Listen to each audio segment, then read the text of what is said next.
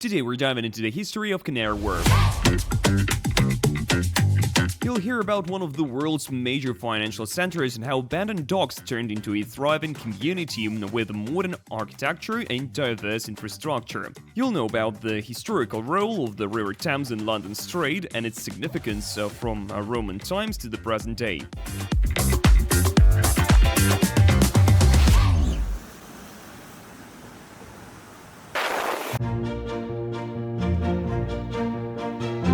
The Thames has been central to London's import and export trade for centuries.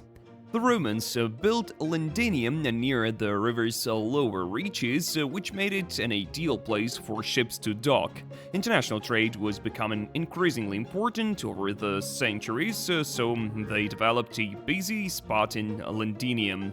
In the Middle Ages, wharfs and quays were built between London Bridge and the Tower. Docks were made further to the east in Rotherhithe and Blackwall. Trade expanded and the British Empire required new docks. You can walk around the area now and imagine what it looked like before when it was filled up with docks and ships.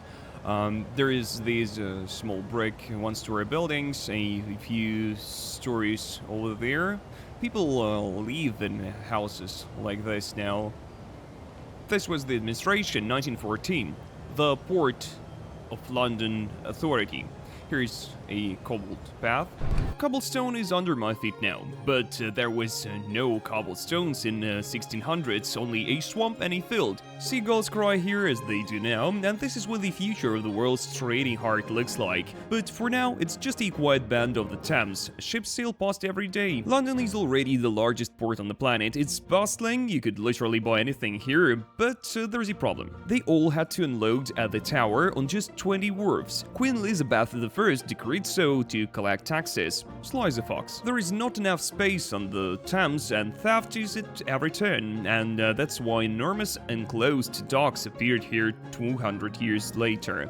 The first docks in the world, huge, guarded, and incredible in scale. It was a revolution. There is a plaque here, this one, and this plaque says that the first stone on these docks was laid back in 1800s.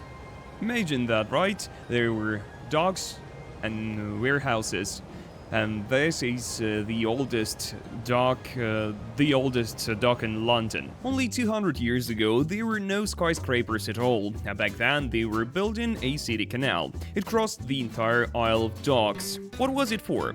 It was a shortcut for ships bypassing a big bend in the Thames. Look at the map from above.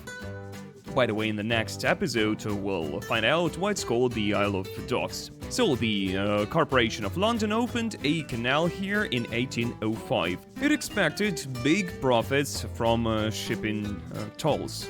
Naive guys. Now it's all built up with skyscrapers, right? But originally, this place was completely empty.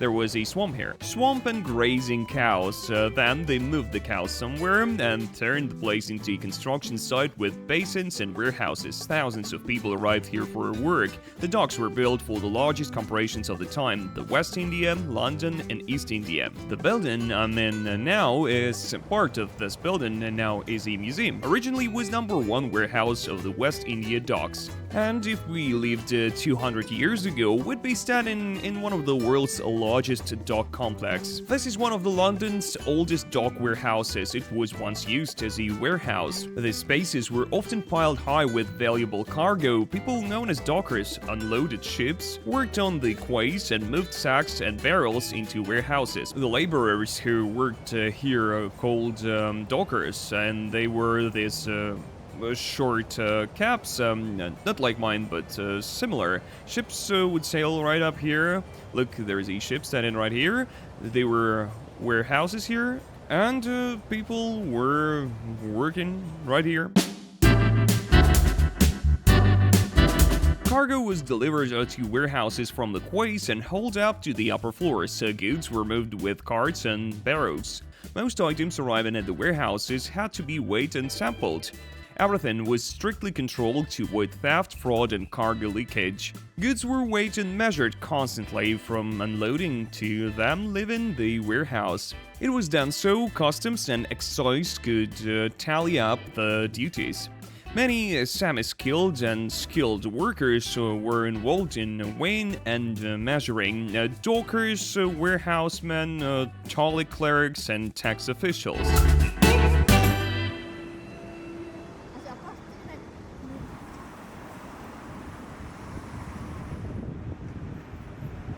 This is John. He's a cooper. That's what barrel makers were called. Today he needs to finish another batch of wooden barrels. He specializes in two types. One with the staves and hoops for dry goods. John called them slag. And the others were for liquids. They required very precise joinery. You had to be a real master of the cooper's craft. He called these barrels tight or wet. A bronze bell at the entrance would signal the start of the workday, and the bell also rang when everyone needed to gather or go for a short lunch break, when work ended, or when someone got fired. Beam scales were used to weigh large items or batches. They were suspended from warehouse beams or special mobile iron frames. The scales and weights were regularly checked and tested for accuracy. They did it to prevent fraud and ensure the fees were correctly paid to customs and the dock companies. When the bell rang in the morning, all dockers had to be ready, not because they had to go to work, but because they might be left without work. Work wasn't guaranteed for most dockers. The volume of work depended on the amount of ships arriving at the docks. Dockers would gather at the gates, and when the bell rang, they hoped to be lucky enough to be chosen for work. Restaurants on the water. You jump onto this thing and off you sail. Like that, they set a table for you there and you go for fondue, all that stuff. And here is a sauna boat. Basically, it's just a sauna. You toss your flip-flops in there. This one's bigger. There are smaller ones over there. Logs are lying there. They can load it up for you, turn up the heat so you can go in and relax. Of course, floor-to-ceiling windows. So you sit in your swim trunks, floating, admiring these skyscrapers. Well, and everyone in the skyscrapers admires you and your trunks. Not sure how the boat moves, though, but here's how it moves. It has a little motor and sound steering. Basically, while you're in sauna, your friend takes you past skyscrapers. Before the introduction of containers in the 1960s, unloading cargo from ships to transit sheds and warehouses depended on large numbers of dockers and required various equipment. In the early days of the docks, goods were hauled manually from ships' holds and moved into warehouses through doors, also known as hatches. Later, manual quayside and warehouse cranes were replaced by hydraulic and electric ones. From the early 20th century, some goods, like tobacco casks, frozen meat and fruit, were moved using electric platform trucks. However, the primary way of moving many items remained unchanged. It was men pushing carts and barrows. Now, you should imagine how this place connected London, Greenland, and even Moscow. Greenland whaling. It is 1608. The Muscovy company sends a 60-ton ship, the Godspeed. The ship heads to Spitsbergen to hunt walruses for their fat and ivory. What is this Muscovy company? It was an English trading company founded for monopoly trade with the Tsardom of Moscow, well, Russia. Its merchants established direct trade links via Arkhangelsk and Moscow. And how did that happen? Almost by accident.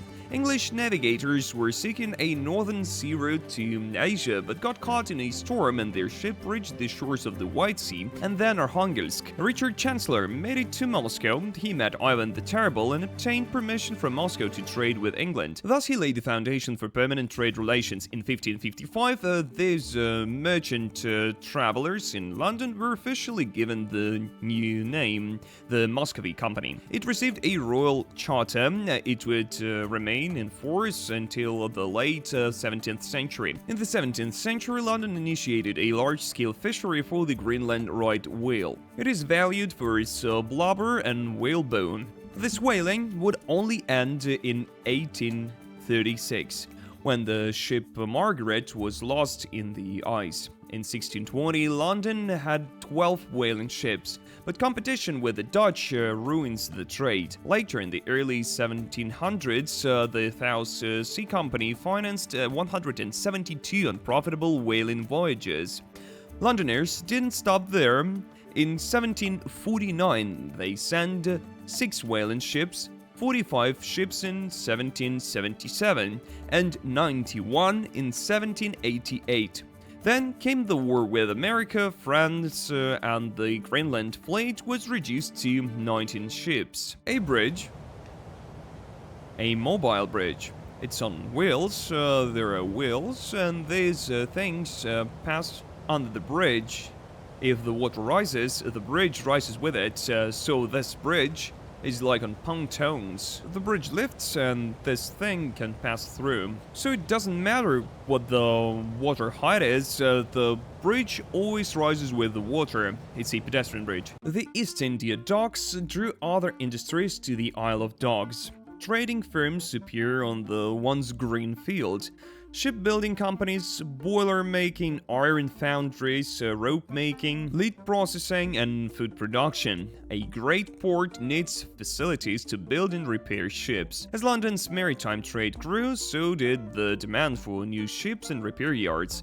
London would become the largest shipbuilding center in the country. The first major naval dockyards were established in Woolwich and Deptford in the 16th century. In the 17th, 18th centuries, naval and private yards developed along the Thames. Among the important private yards were Barnard and Dudman at Deptford and Blackwall Yard, opened by the Parry family. In 1782, Adams and Barnard's Yard in Limehouse built the 74-gun ships Carnatic and Majestic.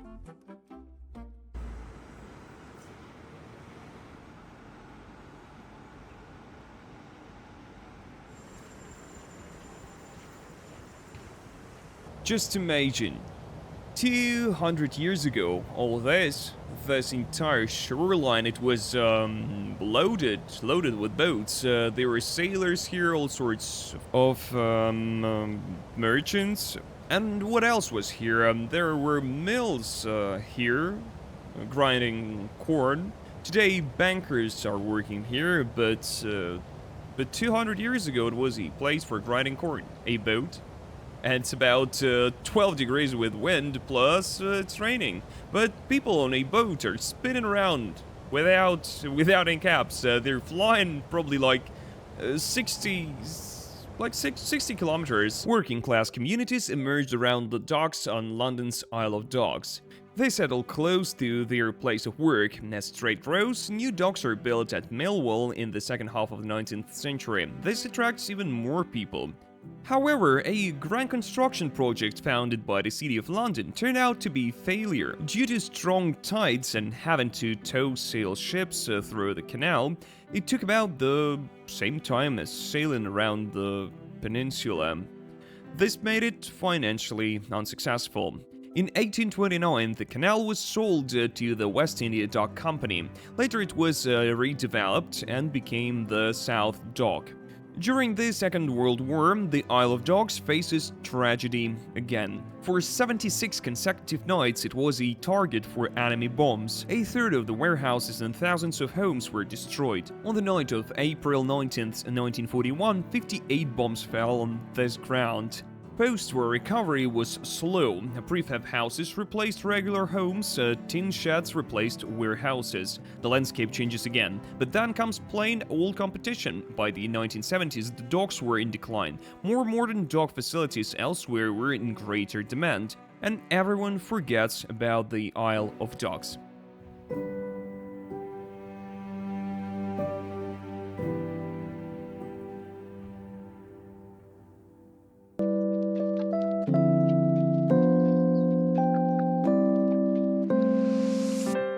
The modern Canary Wharf district is home to the headquarters of major world banks, financial institutions, technology and media companies. It's often called a rival to the historic city of London. We're preparing several episodes about the city of London and the Tower, so subscribe if you're interested in everything concerning London to make sure you don't miss all this new content. Canary Wharf is known worldwide. Glass, steel, symmetry, and art installations, the famous One Canada Square with a pyramid roof.